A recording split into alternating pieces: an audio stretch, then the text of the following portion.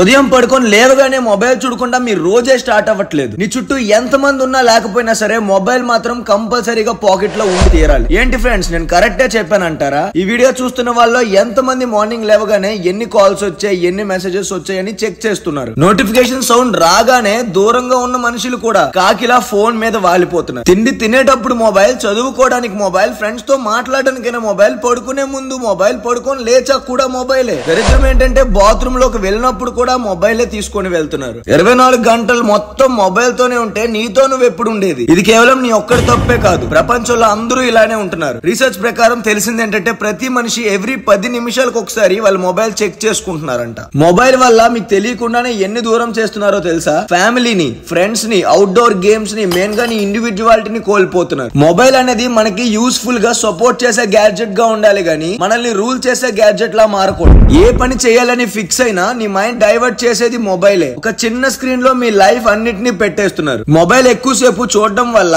Eyes effect అవుతాయి. Mobile నుంచి వచ్చే రేడియేషన్ వల్ల DNA డిస్ట్రాయ్ అవుతుందంట. చాలా మంది మొబైల్ ని పక్కన పెట్టుకొని పడుకుంటున్నారు రాత్రులు. దాని వల్ల బ్రెయిన్ కూడా ఎఫెక్ట్ అవ్వడం స్టార్ట్ అవుతుంది. ఎక్కువసేపు మొబైల్ లో మాట్లాడడం వల్ల చెవులు కూడా డ్యామేజ్ అయ్యే ఛాన్సెస్ ఉంటాయి. ఎక్కువసేపు మొబైల్ వాడడం వల్ల బ్రెయిన్ ట్యూమర్, క్యాన్సర్ అన్నిటికీ కారణం మొబైలే. 24/7 సోషల్ మీడియాలో అందరి లైఫ్స్ కోసం వాచ్ చేస్తూ ఉండడం, అందరికీ షేర్ చేస్తూ ఉండడం వల్ల ఉపయోగం ఏం లేదు. మొబైల్ వల్ల వచ్చే డిసడ్వాంటేజ్ అన్ని మీకు కూడా తెలుసు. మరెందుకు అంతలా అడిక్ట్ అయిపోతున్నారు? ఒకటి మాత్రం గుర్తు పెట్టుకోండి, నీకు తెలియక చేసిన తప్పునైనా క్షమిస్తాడేమో గానీ ఆ దేవుడు తెలిసి చేసిన తప్పును మాత్రం అస్సలు క్షమించే ప్రసక్తే లేదు. రోజు రోజుకి మొబైల్ మనలో మెయిన్ బాడీ పార్ట్ లా మారిపోతుంది. సారీ, అలా చేసుకుంటున్నారు. ఈ అడ్వాన్స్డ్ గ్యాడ్జెట్ ని మనకి యూజ్ అయ్యేలా చేసుకోవాలి, అంతేగాని అవి లేకపోతే జరగదు అనేట్టుగా మాత్రం అవ్వకూడదు. 50 ఏళ్ల క్రితం మార్టిన్ కాపర్ గారు మొబైల్ ని కనిపెట్టారు. ఒక ఇంటర్వ్యూలో అతను ఏం చెప్పారో తెలుసా? మొబైల్ కనిపెట్టినందుకు సంతోషంగానే ఉంది, కానీ జనాలు దాన్ని వాడే విధానం చూస్తుంటే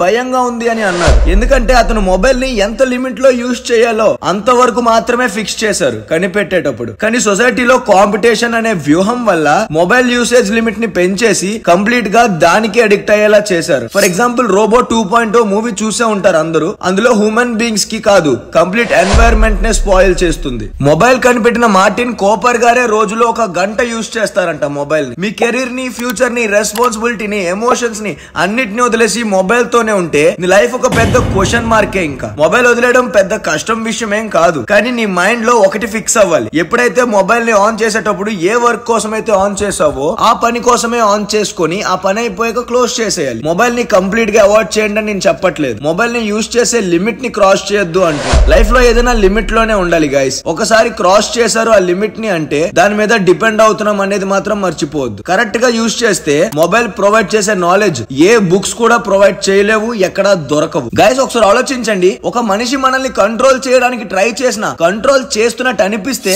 నీకేం రైట్ ఉంది నా మీద, నన్ను కంట్రోల్ చేస్తున్నావు అని క్వశ్చన్ చేస్తాం. అలాంటిది ఒక చిన్న డివైస్ నేను కంట్రోల్ చేసే ఛాన్స్ ఎందుకు ఇస్తున్నావు? గైస్ నేను ఎందుకు అసలు ఇంత స్ట్రెస్ చేస్తున్నా ఈ విషయం కోసం అంటే, రీసెంట్ గా నాకు తెలిసిన ఒక ఫ్యామిలీలో మ్యారేజ్ అయిన 10 years కి బేబీ పుట్టింది ఒక కపుల్ కి. అలాంటప్పుడు ఆ బేబీని ఎంత గారాబంగా చూస్తారు. అలా 6 నెలల తర్వాత ఆ బేబీ ఏడ్చినప్పుడల్లా మొబైల్ ఇచ్చి కార్టూన్ ఆన్ చేసి వదిలేసేవారు. స్టార్టింగ్ లో హ్యాపీగానే ఉండేది, కానీ అలా 1 year తర్వాత ఆ బేబీకి బ్రెయిన్ సెల్స్ డౌన్ అయిపోయాయి. దానికి కారణం ఏంటో మీకు తెలుసు కదా, మొబైల్. ఆ ఫ్యామిలీ సిచ్యువేషన్ ఏంటో ఒకసారి ఆలోచించండి. ఆ చిన్నపిల్ల ఏడు పాపడానికి ఇచ్చారు మొబైల్, కానీ ఆ ఫ్యామిలీ సిచ్యువేషన్ ఎంత దరిద్రంగా అయిపోయిందంటే ఇప్పుడు ఆ బేబీ చాలా రిస్క్ లో ఉందన్నమాట. కేవలం 5 నిమిషాల ఆనందం కోసం మొబైల్ ఇవ్వడం వల్ల వాళ్ళ జీవితం అంతా ఏడుపే మిగిలింది. అంత నెగిటివ్ గా జరుగుతుందన్న విషయం పేరెంట్స్ కి అసలు ఊహించలేకపోయారు, కానీ ఆ దేవుడు అలాంటి పనిష్మెంట్ ఇచ్చేసాడు ఆ పేరెంట్స్ కి. అలాంటిది మొబైల్స్ ఎక్కువగా యూజ్ చేస్తే వచ్చే ప్రాబ్లమ్స్ ఏంటో తెలిసి కూడా నువ్వు కంటిన్యూ చేస్తున్నావు అంటే నీ లైఫ్ మ్యాటర్ లో నువ్వు ఎంత కేర్లెస్ గా ఉన్నావు అనేది అర్థమవుతుంది.